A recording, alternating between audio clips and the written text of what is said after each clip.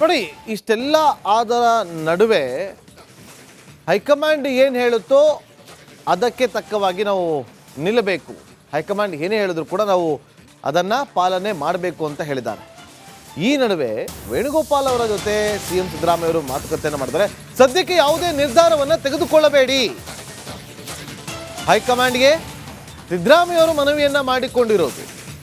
ಮೊನ್ನೆ ಕೆ.ಸಿ. ವೇಣುಗೋಪಾಲ್ ಅವರ ಜೊತೆ ಸಿದ್ದರಾಮಯ್ಯ ಅವರು ಮಾತುಕತೆಯನ್ನು ನಡೆಸಿದ್ದಾರೆ. ಫೋನಲ್ಲೇ ಅರ್ಧ ಗಂಟೆಗೂ ಹೆಚ್ಚು ಕಾಲ ಚರ್ಚೆಯನ್ನ ಮಾಡಿದ್ದಾರೆ. ವೇಣುಗೋಪಾಲ್ ಅವರ ಮುಂದೆ ಆತಂಕವನ್ನ ವ್ಯಕ್ತಪಡಿಸಿದ್ದಾರಂತೆ ಸಿಎಂ. ಈಗಾಗಲೇ ರಾಜ್ಯಾದ್ಯಂತ ಜಾತಿ ಗಣತಿ ಸಮೀಕ್ಷೆ ನಡೆದಿದೆ. ಸಮೀಕ್ಷೆ ವರದಿ ಸರ್ಕಾರಕ್ಕೆ ಸಲ್ಲಿಕೆ ಆಗುವುದು ಇನ್ನೂ ಬಾಕಿ ಇದೆ. ಇನ್ನೊಂದಿಷ್ಟು ಸಮಯ ನನಗೆ ಸಿಎಂ ಅವಧಿ ಬೇಕು ಅಂತೇಳಿ ಕೆ.ಸಿ. ವೇಣುಗೋಪಾಲ್ ಅವರ ಜೊತೆಯಲ್ಲಿ ನಿನ್ನೆ ಅಲ್ಲ ಮೊನ್ನೆ ಫೋನ್ ಮೂಲಕ ಮಾತನಾಡಿದ್ದಾರೆ. ಅರ್ಧ ಗಂಟೆಗೂ ಹೆಚ್ಚು ಕಾಲ ಚರ್ಚೆ ನಡೆಸಿದ್ದಾರೆ. ಆತಂಕವನ್ನ ಕೂಡ ವ್ಯಕ್ತಪಡಿಸಿದ್ದಾರಂತೆ.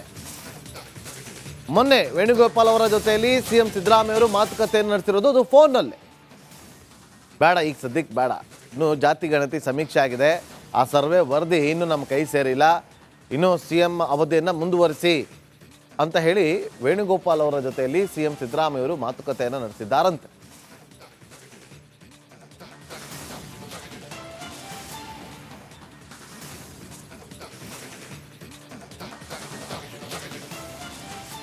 ನಾಲ್ಕು ಗೋಡೆ ಮಧ್ಯೆ ಏನಾಯಿತು ನಿನ್ನೆ ಅದನ್ನು ನಿಮಗೆ ಮುಂದಿಟ್ಟಿದ್ದೀವಿ.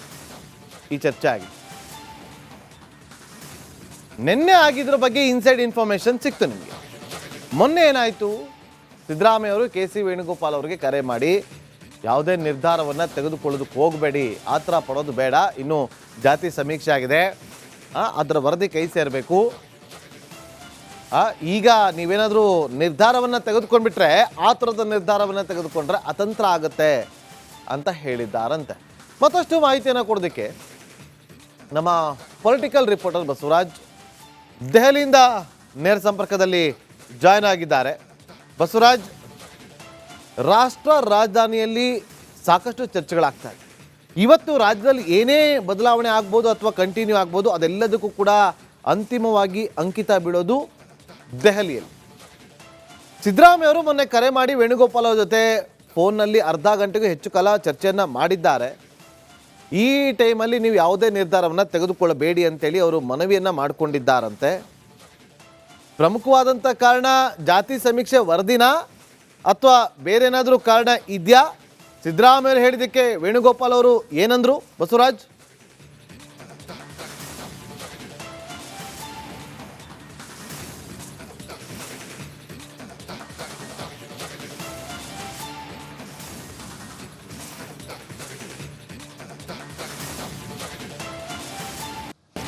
ಖಂಡಿತ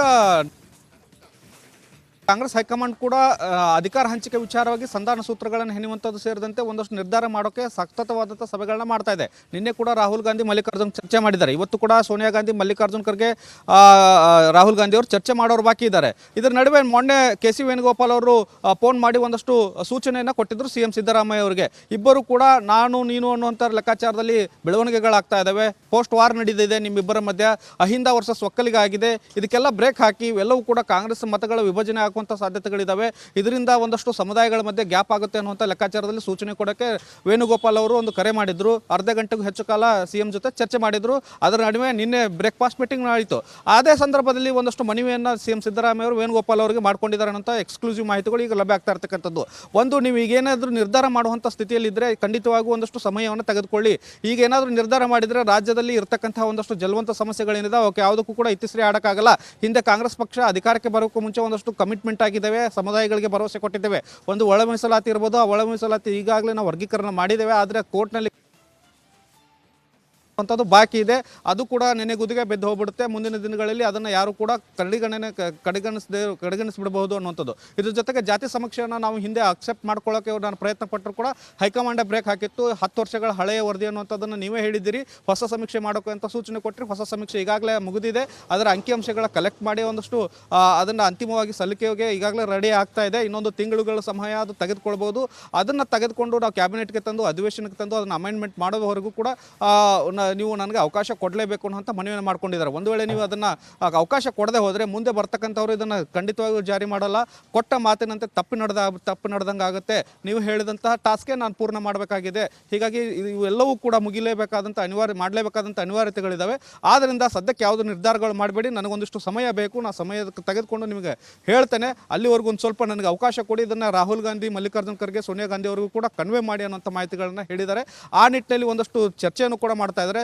ಸಮಯ ಕೊಡೋದಾದರೆ ಎಷ್ಟು ದಿನ ಕೊಡಬೇಕು ಅನ್ನುವಂಥ ಲೆಕ್ಕಾಚಾರದಲ್ಲಿ ಅದಕ್ಕೆ ಡಿ ಕೆ ಶಿವಕುಮಾರ್ ಅವರು ಕೂಡ ಒಪ್ತಾರ ಅನ್ನುವಂಥದ್ದು ಬಹಳ ಪ್ರಮುಖವಾದಂಥ ಪ್ರಶ್ನೆ ಸದ್ಯಕ್ಕೆ ಇರ್ತಕ್ಕಂಥದ್ದು. ಆ ನಿಟ್ಟಿನಲ್ಲಿ ಸದ್ಯಕ್ಕೆ ಯಥಾಸ್ಥಿತಿ ಇದ್ಕೊಂಡು ಈಗಾಗಲೇ ಹೈಕಮಾಂಡ್ ನಾಯಕರು ಚರ್ಚೆ ಮಾಡ್ತಾ ಇದ್ದಾರೆ. ಇದೇ ವಾರದಲ್ಲಿ CM ಹಾಗೂ DCMಗೆ ಹೈಕಮಾಂಡ್ ನಾಯಕರು ಬುಲಾವ್ ಕೊಡುವಂಥ ಸಾಧ್ಯತೆಗಳು ಕೂಡ ಇದ್ದಾವೆ. ಸಂಸತ್ ಅಧಿವೇಶನ ಸಂದರ್ಭದಲ್ಲಿ ಇವ್ರನ್ನ ಕರೆಸ್ಕೊಂಡು ಮಾತನಾಡಿ ಈ ರೀತಿಯಾದಂಥ ನಿರ್ಧಾರಗಳನ್ನು ನಾವು ತೆಗೆದುಕೊಂಡಿದ್ದೇವೆ, ಇಬ್ಬರು ಪಾಲಿಸಿ ಎನ್ನುವಂಥ ಒಂದಷ್ಟು ಸಂದೇಶಗಳು. ಬಸವರಾಜ, ಹಾಗೆ ಸಂಪರ್ಕದಲ್ಲೇ ರೀ, ಮತ್ತೆ ನಿಮ್ಮನ್ನ ಸಂಪರ್ಕ ಮಾಡ್ತೀನಿ. ನೋಡಿ ಇಷ್ಟೆಲ್ಲ ಆದರ ನಡುವೆ ಹೈಕಮಾಂಡ್ ಏನು ಹೇಳುತ್ತೋ ಅದಕ್ಕೆ ತಕ್ಕವಾಗಿ ನಾವು ನಿಲ್ಲಬೇಕು. ಹೈಕಮಾಂಡ್ ಏನೇ ಹೇಳಿದ್ರು ಕೂಡ ನಾವು ಅದನ್ನು ಪಾಲನೆ ಮಾಡಬೇಕು ಅಂತ ಹೇಳಿದ್ದಾರೆ. ಈ ನಡುವೆ ವೇಣುಗೋಪಾಲ್ ಅವರ ಜೊತೆ CM ಸಿದ್ದರಾಮಯ್ಯ ಅವರು ಮಾತುಕತೆಯನ್ನು ಮಾಡಿದರೆ, ಸದ್ಯಕ್ಕೆ ಯಾವುದೇ ನಿರ್ಧಾರವನ್ನು ತೆಗೆದುಕೊಳ್ಳಬೇಡಿ. ಹೈಕಮಾಂಡ್ಗೆ ಸಿದ್ದರಾಮಯ್ಯ ಅವರು ಮನವಿಯನ್ನ ಮಾಡಿಕೊಂಡಿರೋದು.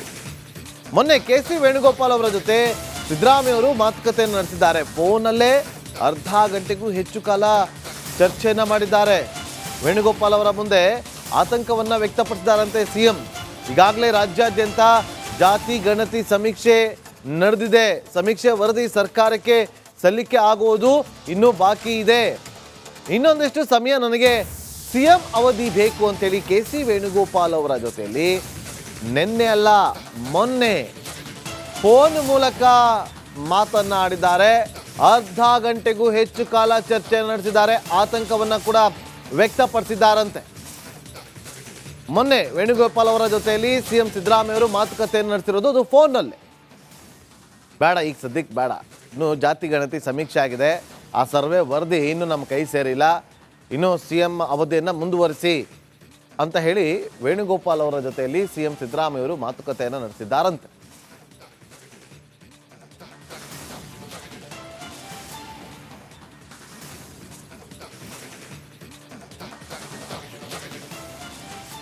ನಾಲ್ಕು ಗೋಡೆ ಮಧ್ಯೆ ಏನಾಯಿತು ನಿನ್ನೆ ಅದನ್ನು ನಿಮಗೆ ಮುಂದಿಟ್ಟಿದ್ದೀವಿ. ಈ ಚರ್ಚೆ ಆಗಿದೆ. ನಿನ್ನೆ ಆಗಿದ್ರ ಬಗ್ಗೆ ಇನ್ಸೈಡ್ ಇನ್ಫಾರ್ಮೇಶನ್ ಸಿಕ್ತು ನಿಮಗೆ. ಮೊನ್ನೆ ಏನಾಯಿತು, ಸಿದ್ದರಾಮಯ್ಯ ಅವರು KC ವೇಣುಗೋಪಾಲ್ ಅವರಿಗೆ ಕರೆ ಮಾಡಿ ಯಾವುದೇ ನಿರ್ಧಾರವನ್ನು ತೆಗೆದುಕೊಳ್ಳೋದಕ್ಕೆ ಹೋಗಬೇಡಿ, ಆ ಥರ ಪಡೋದು ಬೇಡ, ಇನ್ನು ಜಾತಿ ಸಮೀಕ್ಷೆ ಆಗಿದೆ, ಅದರ ವರದಿ ಕೈ ಸೇರಬೇಕು, ಈಗ ನೀವೇನಾದರೂ ನಿರ್ಧಾರವನ್ನು ತೆಗೆದುಕೊಂಡ್ಬಿಟ್ರೆ, ಆ ಥರದ ನಿರ್ಧಾರವನ್ನು ತೆಗೆದುಕೊಂಡ್ರೆ ಅತಂತ್ರ ಆಗುತ್ತೆ ಅಂತ ಹೇಳಿದ್ದಾರಂತೆ. ಮತ್ತಷ್ಟು ಮಾಹಿತಿಯನ್ನು ಕೊಡೋದಕ್ಕೆ ನಮ್ಮ ಪೊಲಿಟಿಕಲ್ ರಿಪೋರ್ಟರ್ ಬಸವರಾಜ್ ದೆಹಲಿಯಿಂದ ನೇರ ಸಂಪರ್ಕದಲ್ಲಿ ಜಾಯ್ನ್ ಆಗಿದ್ದಾರೆ. ಬಸವರಾಜ್, ರಾಷ್ಟ್ರ ರಾಜಧಾನಿಯಲ್ಲಿ ಸಾಕಷ್ಟು ಚರ್ಚೆಗಳಾಗ್ತಾ ಇದೆ. ಇವತ್ತು ರಾಜ್ಯದಲ್ಲಿ ಏನೇ ಬದಲಾವಣೆ ಆಗ್ಬೋದು ಅಥವಾ ಕಂಟಿನ್ಯೂ ಆಗ್ಬೋದು, ಅದೆಲ್ಲದಕ್ಕೂ ಕೂಡ ಅಂತಿಮವಾಗಿ ಅಂಕಿತ ಬೀಳೋದು ದೆಹಲಿಯಲ್ಲಿ. ಸಿದ್ದರಾಮಯ್ಯ ಅವರು ಮೊನ್ನೆ ಕರೆ ಮಾಡಿ ವೇಣುಗೋಪಾಲ್ ಅವರ ಜೊತೆ ಫೋನ್ನಲ್ಲಿ ಅರ್ಧ ಗಂಟೆಗೂ ಹೆಚ್ಚು ಕಾಲ ಚರ್ಚೆಯನ್ನು ಮಾಡಿದ್ದಾರೆ. ಈ ಟೈಮಲ್ಲಿ ನೀವು ಯಾವುದೇ ನಿರ್ಧಾರವನ್ನು ತೆಗೆದುಕೊಳ್ಳಬೇಡಿ ಅಂತೇಳಿ ಅವರು ಮನವಿಯನ್ನು ಮಾಡಿಕೊಂಡಿದ್ದಾರಂತೆ. ಪ್ರಮುಖವಾದಂಥ ಕಾರಣ ಜಾತಿ ಸಮೀಕ್ಷೆ ವರದಿನ ಅಥವಾ ಬೇರೆ ಏನಾದರೂ ಕಾರಣ ಇದೆಯಾ? ಸಿದ್ದರಾಮಯ್ಯ ಹೇಳಿದ್ದಕ್ಕೆ ವೇಣುಗೋಪಾಲ್ ಅವರು ಏನಂದ್ರು ಬಸವರಾಜ್?